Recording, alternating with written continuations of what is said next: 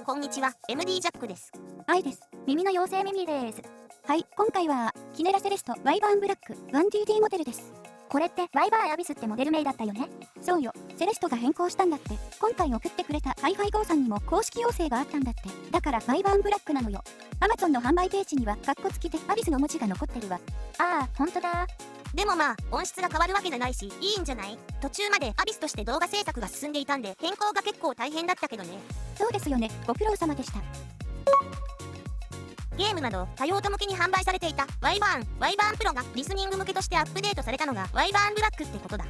最初に見た時から気になってたんでレビューできてよかったよ。最近レビューしたセレストリレントレスが結構お高めモデルだったこともあってワイバーンブラックもお高めだと思ってたんだ。いくらでしたっけ？ 4000円台だね。あら、お手頃価格。エントリーモデルだったのね。ちょっと意外。ジャックさんは何か気になってたの？フェイスプレートのドラゴンの鱗っぽいデザインと色合いがかっこいいなぁと思ってさ。音より見た目が気になるなんて珍しいよね。まあそうだね。とはいえ一番気になるのはもちろん音質だよ。だよね。フェイスプレートを含む外観はオール樹脂製で片側 4.7g 軽いです。全体的に大きめに感じますが、測ってみるとそうでもないかという感じです。アルゴノーツデザインだっけ？エルゴノミックデザインじゃないの？ああ、それな。耳に合うようにちょっと形が複雑っぽいから大きく見えるんかな？そのようね。パッケージ内容はご覧の通り、イヤーチップが1種類なのはなんだか珍しいね。コストカットの結果かな？ケーブルは水道管みたいな色がちょっと微妙な気もするけど柔らかくて取り回しはいいよ。4コア24ストランドの OFC ね。ドライバーは 10mm ダイナミックタイプ1機。LCP ダイヤフラムはエントリーモデルの価格帯にも結構使われててよく見かけると思うけど、性能に対するコストが安価なんだろうね。はい、イヤーチップ比較はこうなりました。音収録と視聴には TRN ティップスを使用します。マイイヤーチップ全体ではこうなります。これとこれ以外はどれ選んでもそんなに変わらなさそうだね。装着感優先でいいんじゃない？そうですね。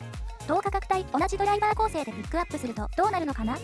記憶に割と新しいところで KB イヤー KB01 とか EPG91 プロあたりかな。5000円近辺の価格帯だともっと色々あるけどキリがないんで。サウンドチェックは KB イヤー KB01 と一緒に聞いてみるよ。音調整の基準はワイバーンブラック。バンドルケーブル使用。はい、了解です。ではサウンドチェックいきましょう。音量上がります。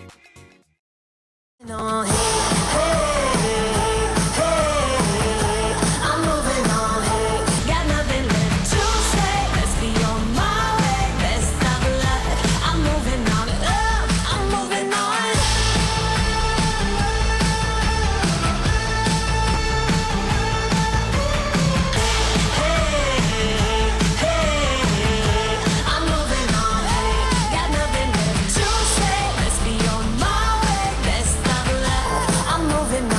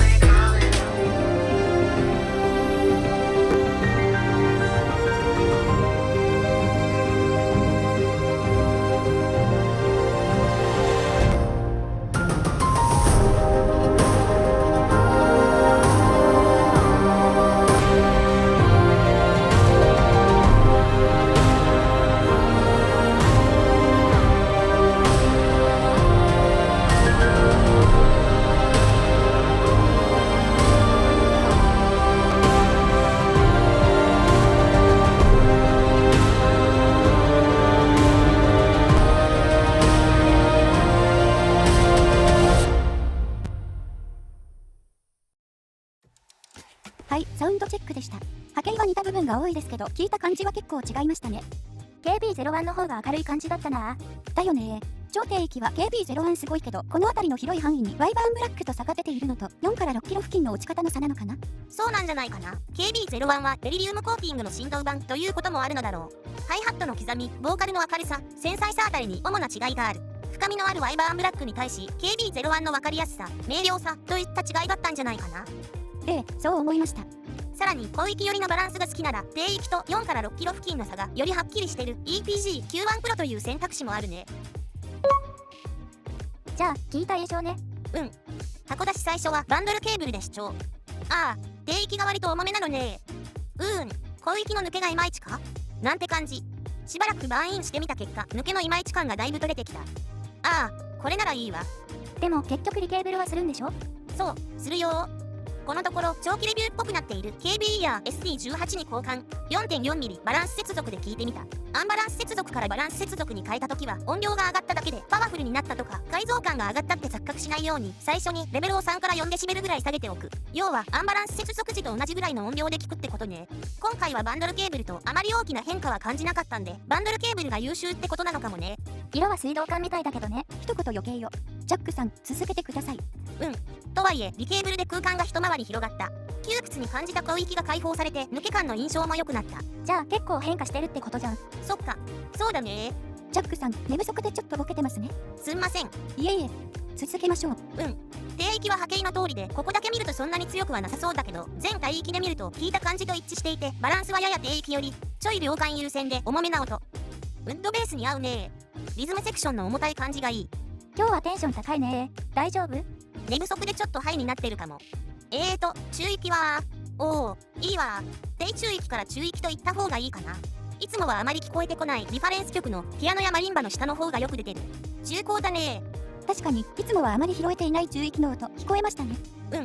ボーカルはほとんど刺さらず2から4キロ付近が平均的に一定レベル出ているのでバックに対して頭一つ前に出てきて聞きやすい。ボーカルだけちょっとデッドな感じで別レイヤーにいるみたいだな。ボーカルの感じ、ちょっと不思議ですね。愛も気に入っちゃったな。だよね。広域は6キロ付近をある程度落としているので少し引いた感じ。とはいえシンバル系は邪魔にならない存在感でしっかりそこにいる。薄くシャンシャンなる感じではなく芯があると感じられるのは2から4キロの出方の影響だろうな。今回はイヤーチップを TRN ティップスメインで主張したけどバンドルイヤーチップの方がこの帯域の落ち幅が少ない分抜けは若干改善しそうだな。このイヤーチップ体質的に耳に合わなくて主張はほとんどできなかったけどかぶれちゃうんだよね。そう、ちょっと残念。全体的にはどうですか？やや低重心なので感触系が好きな人からすると広域の抜けは物足りないかもしれない。なのでおすすめするとしたら低域好きな人だろうね。箱出し直後の主張からバーンインリケーブルを経て徐々に印象が良くなって最終的にワイバーンブラックかなり気に入ってしまったわ。愛も気に入ったんで買ってみます。